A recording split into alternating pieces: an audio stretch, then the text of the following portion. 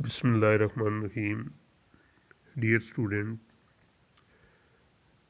Macro economics paper B A کے lecture کے سلسلے میں جو ہمارا چیپٹر 5 تھا وہ اپنے اختتامی مراحل کو پہنچا، اور اس کے کچھ امپورٹنٹ کوسچن ہیں جو آپ کی بک میں بھی ہوں گے.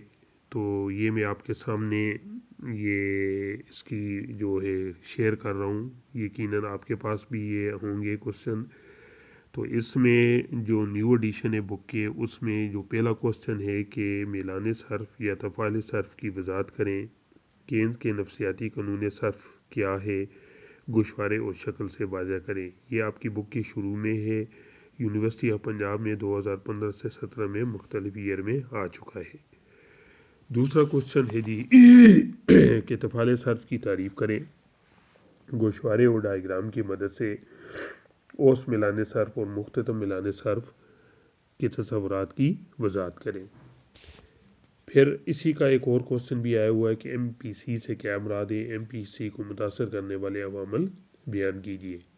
میلان بچت یا تفعیل بچت کی وضاحت کریں. نیز تفعیل صرف اور تفعیل بچت کو متاثر کرنے والے عوامل کون کون سے ہیں. اسی طریقے سے گوشوارے اور ڈائیگرام کی مدد سے اوس میلان بچت اور مختتم میلان بچت کے تصورات کی وضاحت کیجیے. صرف اور آمدنی کے بارے میں یہ جو ہے کوسچن صرف آ رہا، ٹھیک ہے جی.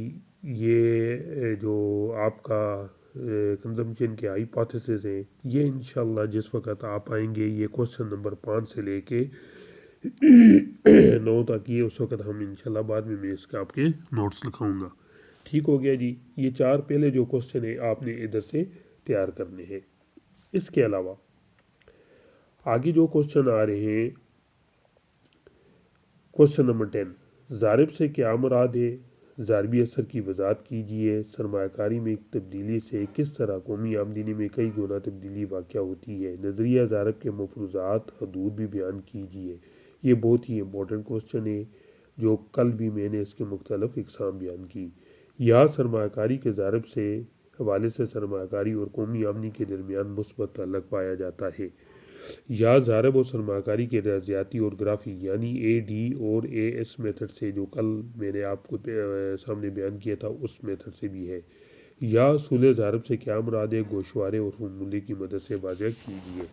اس کے علاوہ ضارب کے یہ جو کوسچن ہے، اس کے علاوہ جو کوسچن آپ کے ٹاپک کی شکل میں آ سکتے ہیں وہ ہے سرکاری اخراجات کا ضارب، ٹیکس ضارب، سپر ضارب اور انتقالی ادائیگیوں کا ضارب.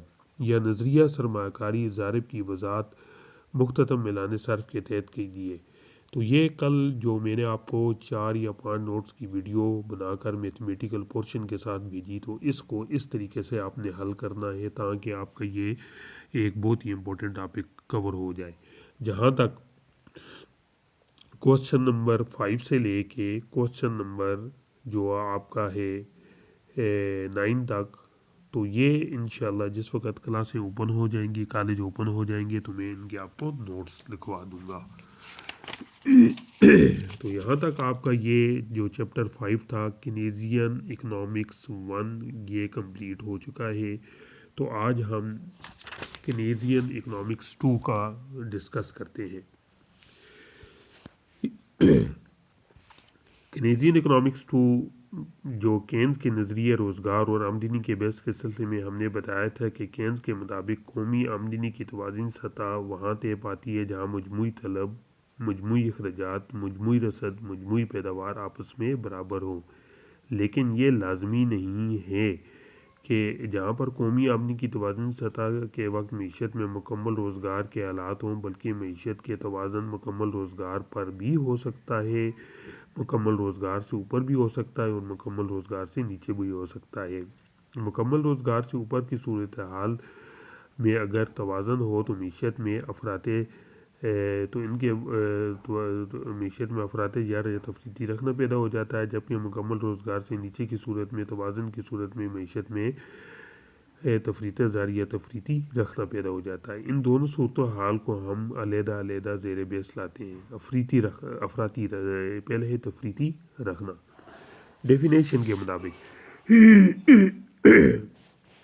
کہتا ہے اگر مکمل روزگار کی سطح پر ہونے والی مجموعی اخراجات مجموعی پیداوار مجموعی رسد کے مقابلے میں کم ہو تو معیشت میں تفریطی رخنہ پیدا ہو جاتا ہے۔ مجموعی طلب میں کمی کی وجہ سے آجرین کی پیدا کردہ اشیاء کی طلب کم رہے گی اور اس سے کیا ہوگا کہ اثر ضارب کے تحت قومی آمدنی روزگار میں کئی گنا زیادہ کمی واقع ہو جائے گی اور آخرکار معیشت کے توازن مکمل روزگار سے نیچے واقع ہو جائے گا۔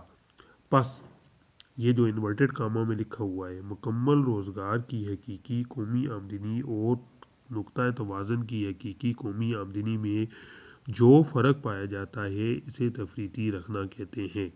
تفریطی رکھنے کی وضاحت اب ہم درج ذیل ڈائیگرام سے کرتے ہیں۔ یہاں پر اب یہ آپ کے سامنے ڈائیگرام ہے تو تفریطی رکھنے کی وضاحت کے مطابق یہاں پر نقطہ ایف مکمل روزگار یا نقطہ توازن ہے۔ یہ جو آپ کے پاس سامنے ڈائیگرام آ رہی ہے تو مکمل روزگار کے نقطہ جو ہے فرض کیا جاتا ہے جہاں پر قومی آمدنی کی سطح 400 کروڑ پہ فرض کی جاتی ہے۔ اگر مجموعی طلب یا اخراجات بھی 400 کروڑ ہو جاتے ہیں تو مکمل روزگار قائم رہتا ہے، لیکن آمدنی کی اس سطح پر مجموعی اخراجات 380 کروڑ ہیں جیسا کہ نقطہ اے سے ظاہر ہے۔ مجموعی طلب میں 20 کروڑ کی کمی سے آجرین کو 20 کروڑ کے نقصانات ہوں گے، وہ 20 کروڑ کے برابر سرمایہ کاری کم کر دیں گے۔ اگر ضارب کی قیمت 3 فرض کی جاتی ہے تو سرمایہ کاری میں 20 کروڑ کی کمی سے قومی آمدنی میں 60 کروڑ کی کمی آ جائے گی اور بالآخر معیشت کا توازن نقطہ ای پر ہوگا جہاں C plus S plus T اور سی پلس آئی پلس جی اور یہاں آمدنی کی توازن سطح 340 کروڑ طے پا جاتی ہے جو کہ مکمل روزگار کی سطح سے نیچے ہے۔ پس مکمل روزگار کی حقیقی آمدنی 400 کروڑ اور نقطہ توازن کی حقیقی آمدنی 304 کروڑ میں جو فرق پایا جاتا ہے وہ تفریطی رکھنا یا ایف اے ای تفریطی رکھنے کی وضاحت کرتا ہے۔ یہ جو ٹرائنگل بنی ہوئی ہے نا ایف اے ای، یہ ریپرزینٹ کرتی ہے آپ کی ڈیفلیشنری گیپ۔ اب اس ڈیفلیشنری گیپ کو کس طریقے سے کور کیا جاتا ہے اس کو ہم نے ان 4 پوائنٹس کی شکل میں ڈسکس کرنا ہے۔ Measure to remove deflationary gap, اس کے 4 پوائنٹ ہیں۔ وہ 4 پوائنٹ کون کون سے ہیں؟ نمبر 1، صارفین صرفی اخراجات میں اضافہ کر دیں۔ اس سلسلے میں صارفین کو سبسڈی اعانے فراہم کیے جاتے ہیں، ٹیکس کم کر دیا جاتا ہے۔ اس طرح جب صرفی اخراجات بڑھیں گے تو مجموعی طلب بڑھ جائے گی۔ نمبر 2، آجرین سرمایہ کاری کو بڑھا دیں۔ اس سلسلے میں آجرین کو مختلف ترغیبات اور رعایتیں مہیا کی جائیں، ان پر ٹیکس معاف کر دیے جائیں، انہیں کم شرح پر خام مال اور مشینری وغیرہ درآمد کرنے کی سہولت مہیا کیے جائے اور مختلف اشیاء کی تیاری پر اعانے فراہم کیے جائیں۔ اس طرح سرمایہ کاری میں اضافے سے مجموعی طلب میں اضافہ ہوگا۔